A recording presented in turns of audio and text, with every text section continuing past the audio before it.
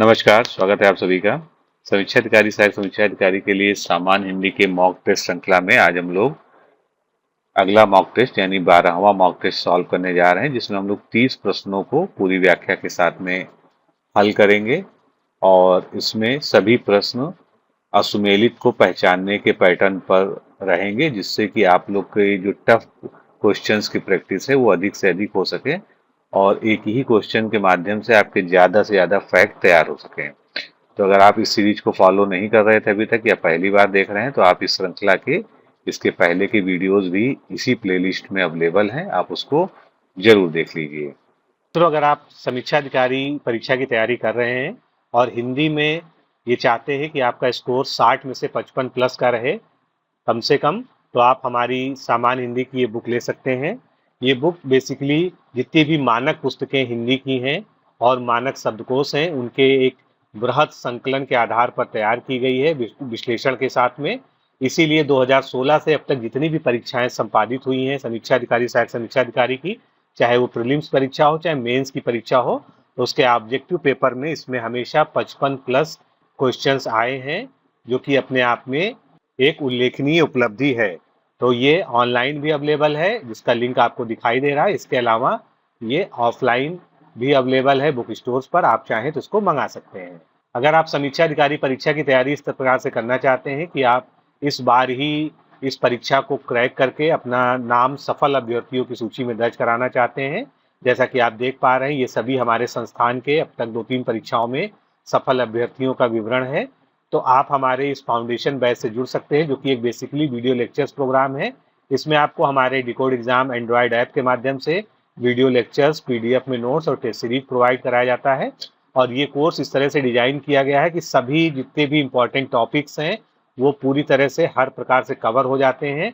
आपको किसी भी बाहरी स्रोत से कुछ भी पढ़ने की आवश्यकता बिल्कुल भी नहीं पड़ती है, क्योंकि सारा कंटेंट यहाँ पर सिस्टमैटिक ढंग से आपको प्रोवाइड किया जाता है और वीडियोस को कई बार प्ले करने की आपको सुविधा दी जाती है। इसी प्रकार टेस्ट भी आप जो है मल्टीपल टाइम्स जो है अटेम्प्ट कर सकते हैं। ज़्यादा जानकारी के लिए हमारे ये 2 व्हाट्सएप नंबर आपको स्क्रीन पे दिख रहे हैं, इन पर आर फाउंडेशन कोर्स आप लिखकर भेज देंगे तो आपको व्हाट्सएप पे ही सारी जानकारी दे दी जाएगी। चलिए शुरुआत करते हैं, पहला प्रश्न देखते हैं। पहला प्रश्न हमारा तद्भव तत्सम से संबंधित है और इसमें हमको असुमेलित युग्म की पहचान करनी है।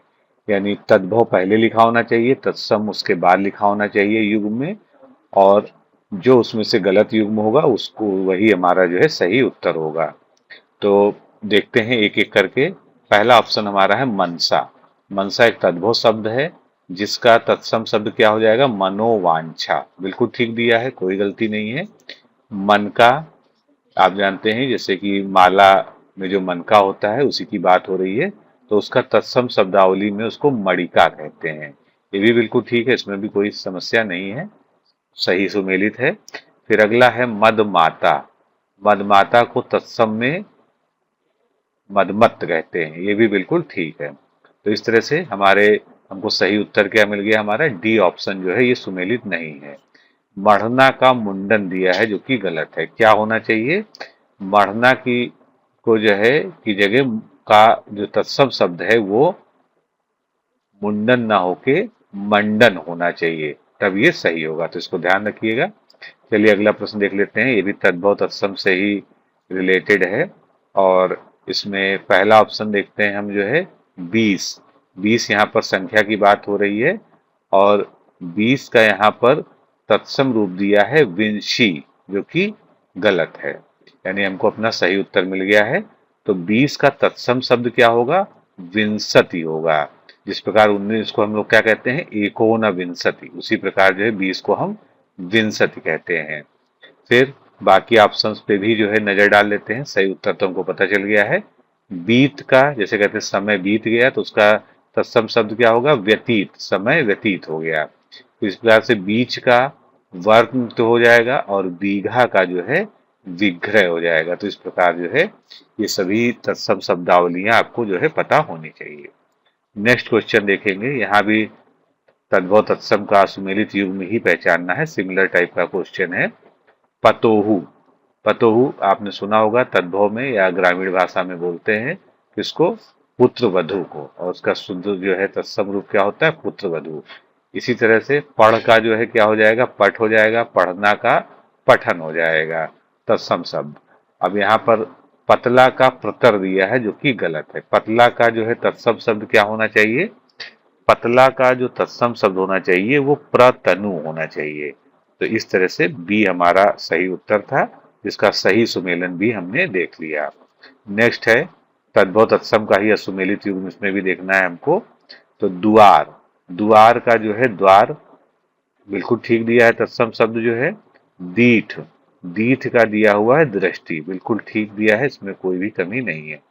दिवाली जो हम लोग उत्सव मनाते हैं उसका तत्सम रूप क्या है, दीपावली, ये बिल्कुल ठीक है।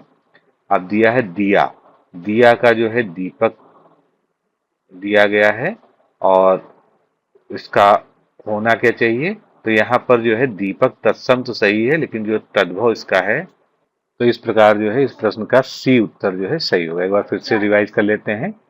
द्वार का तत्सम द्वार होगा, दिवाली का दीपावली होगा, दिया का तत्सम दीपक होगा, और दीठ का जो है तत्सम शब्द जो है दृष्टि होगा। नेक्स्ट क्वेश्चन देखते हैं, इसमें भी हमको असुमेलित को ही पहचानना है तत्सम तद्भव में। तो सबसे पहला ऑप्शन देखते हैं पौन। पौन का जो है तत्सम शब्द पवन, जो कि हम लोग हवा के लिए यूज करते हैं, वायु के लिए, बिल्कुल ठीक है। पोता का पौत्र हो जाएगा, ये भी ठीक है। पोखरा, पोखरा या तालाब जिसे हम कहते हैं, तो उसका जो है तत्सम शब्द क्या होता है, पुष्कर होता है, ये भी बिल्कुल ठीक है। तो अंतिम में ही जो है कमी होनी चाहिए।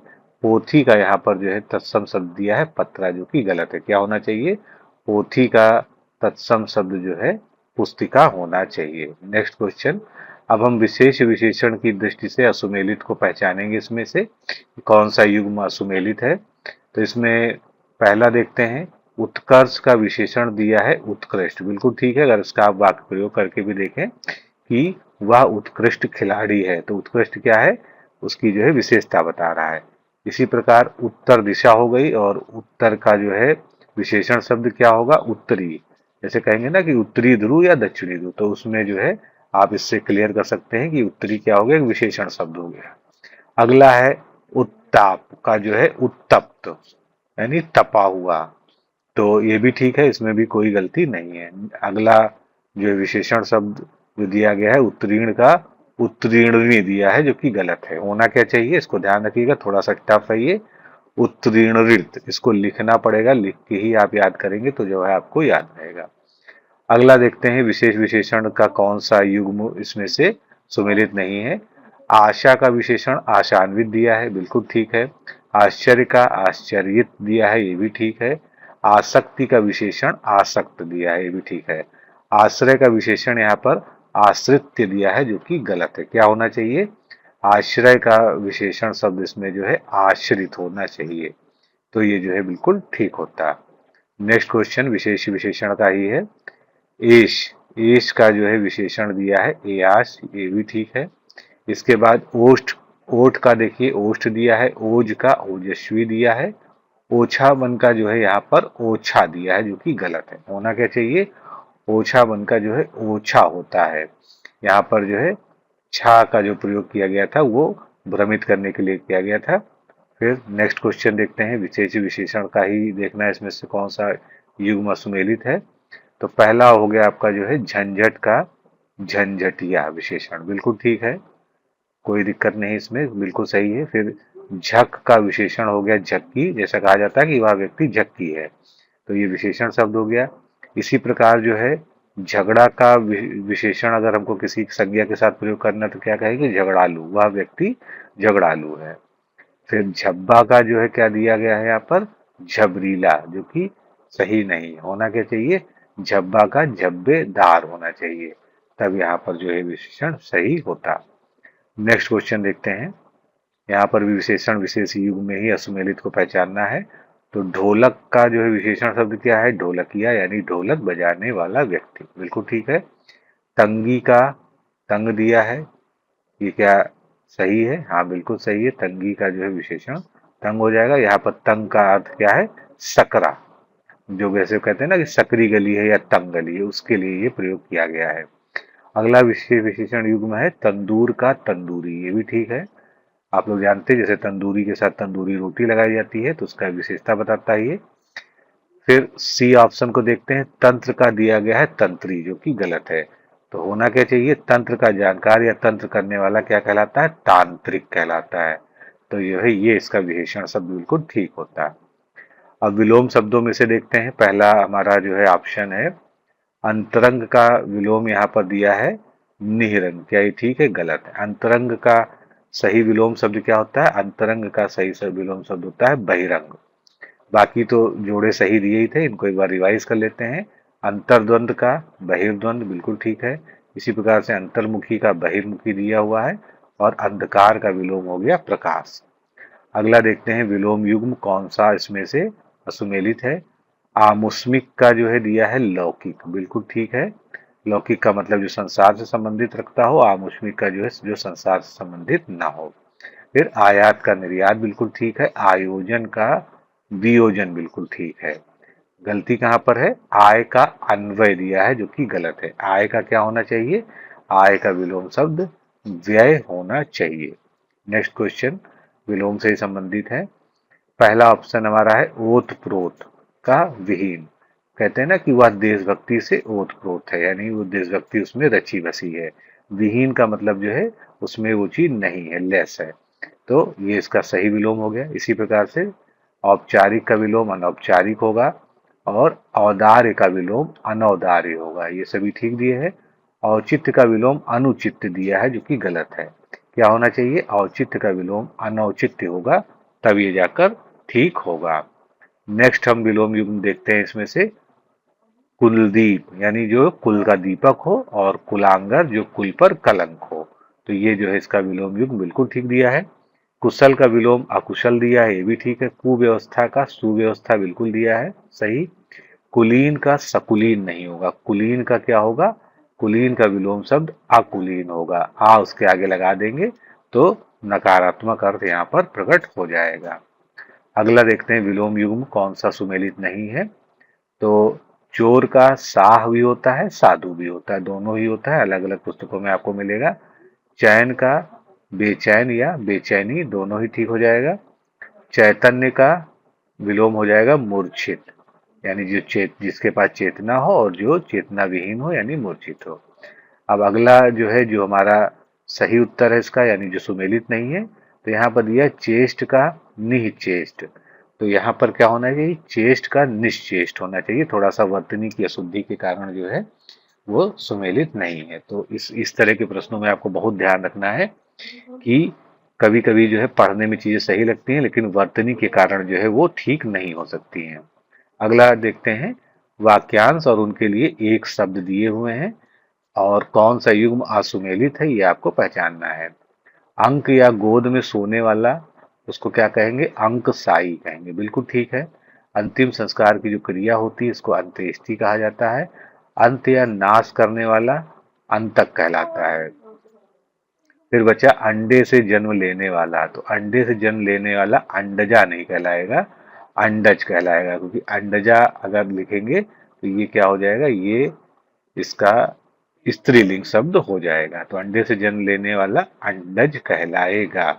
जहां पर भी अंत में जा लगा होता है उसका मतलब होता है जन्म लेने वाला। जिस तरह से पंक धनजा, तो पंकज यानी कीचड़ से जन्म लेने वाला। ठीक है, अगला प्रश्न देखते हैं, इसमें भी वाक्यांश और उसके लिए एक शब्द देखते हैं कौन सा असुमेलित है। तो पहला हमारा हो गया, आदर्श मूलक भावना को प्रथम मत देने वाला, या जो है उसको प्राथमिकता देने वाला क्या हो जाएगा, मत आदर्शवाद कहलाता है। यानी जहां पर जो है कोई भी आदर्श मूलक भावना को ही जो है सबसे ऊपर रखा जाता है, इस तरह का कोई मत या विचारधारा क्या कहलाएगी, आदर्शवाद कहलाएगी। नेक्स्ट है, आधे से अधिक लोगों को मिलाकर एक राय जब बनती है तो उसको बहुमत कहते हैं। मतलब 50% से ज्यादा अगर जो है लोग एक ही बात बोलते हैं तो वो क्या कहलाता है, बहुमत कहलाती है। फिर तीसरा है आभार मानने वाला, ये कौन होता है, आभारी होता है। अगला हमारा जो इस प्रश्न का सही उत्तर होना चाहिए वो क्या है, आभूषणों का निर्माण करने वाली एक व्यावसायिक जाति, ये क्या कहार कहलाती, नहीं, क्या कहलाएगी, सुनार कहलाएगी। तो बहुत ही आसान है, सुनार, या जिसको हम लोग अगर तत्सम शब्दावली में कहेंगे तो क्या कहेंगे? स्वर्णकार। नेक्स्ट क्वेश्चन देखते हैं, वाक्यांश से ही रिलेटेड है। तो सबसे पहला है, इंद्रियों को वश में रखने वाला या जीत लेने वाला क्या कहलाएगा? इंद्रियाजित, बिल्कुल ठीक है। फिर इस लोक से संबंध रखने वाला अहलौकिक या ऐहिक कहलाएगा, ये भी ठीक है। इसके बाद इस लोक या संसार से संबंध रखने वाला, तो ये भी लौकिक दिया गया है, बिल्कुल ठीक है। सी और डी जो है लगभग एक ही बात कह रहे हैं, यानी दोनों के लिए इसका एक दूसरे का प्रयोग किया जा सकता है। तो जो हमारा संभावित उत्तर है वो क्या है? इमारत के लिए या इमारत से संबंधित, इसको इमरती नहीं कहेंगे। इमरती क्या होती है? एक तरह की मिठाई होती है। और इमारत या बिल्डिंग से संबंधित जो चीज है उसको हम इमारती कहेंगे, जैसे कहते हैं ना कि ये इमारती लकड़ी है। नेक्स्ट हमारा वाक्यांश देखना है हमको, कौन सा गलत है? एक एक अक्षर तक, इसको क्या कहेंगे? अक्षर सा। कहते हैं ना कि मैंने उसको अक्षर सा किताब को पढ़ लिया है, यानी मैंने उसका एक एक अक्षर भी पढ़ लिया है। फिर एक ऐसा अकाल की भिक्षा लेना देना भी कठिन हो, अर्थात जिसमें भिक्षा भी कष्ट से मिले, तो इस तरह के अकाल को दुर्भिक्ष कहा जाता है। ये बिल्कुल ठीक लिखा हुआ, इसमें कोई भी कमी नहीं है। ऐसा काव्य जिसमें गद्य और पद दोनों ही मिश्रित हो, उसको हम चंपू कहते हैं। क्या सही है? ये बिल्कुल सही है। फिर ऐसा ग्रहण जिसमें सूर्य पूरा डूब जाए, उसको क्या कहेंगे? सूर्याग्रह, जो कि गलत है। क्या कहते हैं? ऐसा ग्रहण जिसमें सूर्य पूरा ढक जाता है उसको खग्रास कहा जाता है। ये भौगोलिक घटना है जिसके बारे में आपने सुना होगा। नेक्स्ट देखते हैं वाक्यांश। किसी को चेताने के लिए कही जाने वाली बात क्या कहलाती है? चेतावनी, बिल्कुल ठीक है, कोई गलती नहीं है। किसी को हानि पहुंचाने के लिए होने वाली गुप्त कार्रवाई क्या कहलाएगी? दुरभियोजन। क्या ये ठीक है? हाँ, बिल्कुल ठीक है। फिर किसी को जांचने या परखने की क्रिया परीक्षण, जिसको टेस्टिंग कहते हैं हम लोग इंग्लिश में, ये भी ठीक है। टेस्टिंग या एग्जामिनेशन दोनों ही शब्द इंग्लिश में इसके लिए यूज होते हैं। अगला हमारा है, किसी को जीतने की चाह, ये जिजीविषा नहीं कहलाती। क्या कहलाती? किसी को जीत लेने की चाह या विजय प्राप्त करने की चाह जो है उस पर जिगीषा कहलाती है। नेक्स्ट क्वेश्चन हमारा आ गया, ये अशुद्ध शुद्ध वर्तनी के युग्म दिए हुए हैं और इनमें से आपको जो असुमेलित है वो पहचानना है। जैसे यहाँ कह दिया है भुजंगिनी, जबकि इसका सही शब्द क्या होगा? भुजंगी, बिल्कुल ठीक दिया हुआ है। भूधर का जगह भूधर, बिल्कुल ठीक है। बुरी तरह की जगह बुरी तरह दिया गया है, ये भी बिल्कुल ठीक है। अब भैया जो है बहुत लोग ऐसे लिख लेते हैं, जबकि सही शब्द जो है भैया, ये भी इसका नहीं होगा। तो ये दोनों ही गलत हैं। सही शब्द क्या होता है? भैया को इस तरह से लिखा जाता है, ना कि आधा या लिखना चाहिए। तो ये वर्तनी की दृष्टि से यहाँ पर इसकी गलती थी। अगला देखते हैं कौन सा वर्तनी की दृष्टि से सुमेलित नहीं है। फाल्गुण को फागुन कहते हैं, बिल्कुल ठीक है। प्रेयस की जगह प्रेयसी, बिल्कुल ठीक है, सा पर बड़ी की मात्रा होनी चाहिए। प्रेमचंद्र, यहाँ पर दा के नीचे रा नहीं लगता है, सीधा सीधा प्रेमचंद लिखा जाता है। तो ये तीनों ही सही है, यानी पहले में ही हमारी गलती है। यहाँ पर प्रादुर्भाव लिखा हुआ है और यहाँ पर जो है उसको भी सुमेलित करने की कोशिश की गई है शुद्ध, लेकिन ये भी गलत है। होना क्या चाहिए? प्रादुर्भाव कैसे लिखा जाएगा? ये जो है भा के ऊपर रा की मात्रा आएगी, क्योंकि उसका उच्चारण जो है दा के बाद किया जाना है, तब ये जो है सही होता। तो इसको लिख के प्रैक्टिस करेंगे तो ज्यादा बेहतर रहेगा। नेक्स्ट देखते हैं अशुद्ध शुद्ध युग्म जो है इनमें से यद्यपि का दिया गया है, यद्यपि बिल्कुल ठीक है। यथेष्ट, ठा की जगह टा आना चाहिए, ठीक दिया है यहाँ पर। यथाविध, ये गलत है, सही क्या है? यथा विधि, बिल्कुल ठीक है, यानी विधि के अनुसार। अब यहाँ दिया है मैथिली शरण और यहाँ पर उसका शुद्ध रूप दिया गया है मैथिली शरण, दोनों ही यहाँ पर गलत हैं। कैसे से होगा? मैथिली शरण, ये प्राय जो है कंफ्यूजन हो जाती है देखने में, इसको जो है लिख के तैयार करिएगा।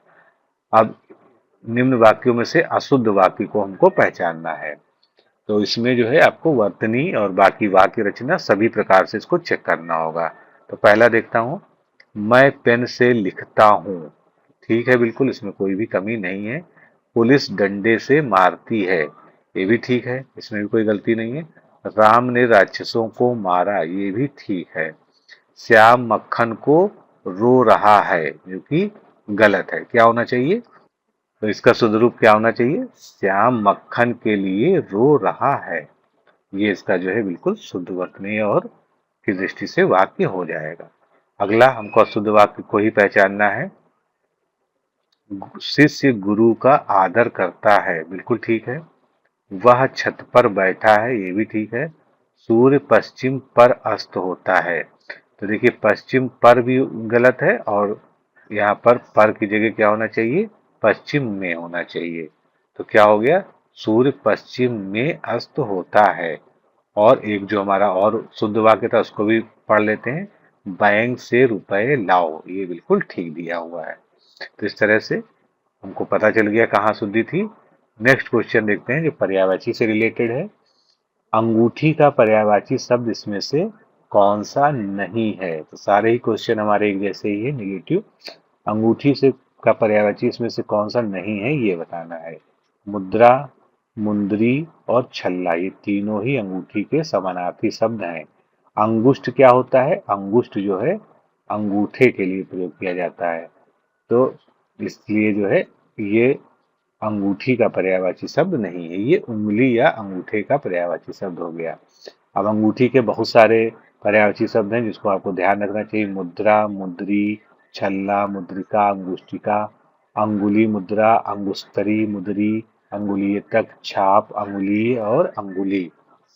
नेक्स्ट क्वेश्चन देखते हैं हम। अंकन का पर्यायवाची शब्द इसमें से नहीं है। अंकन का कौन सा नहीं है इसमें से ये बताना है। अनुरेखन, प्रत्यंकन और अनुरेखण ये सभी अंकन के पर्यायवाची हैं।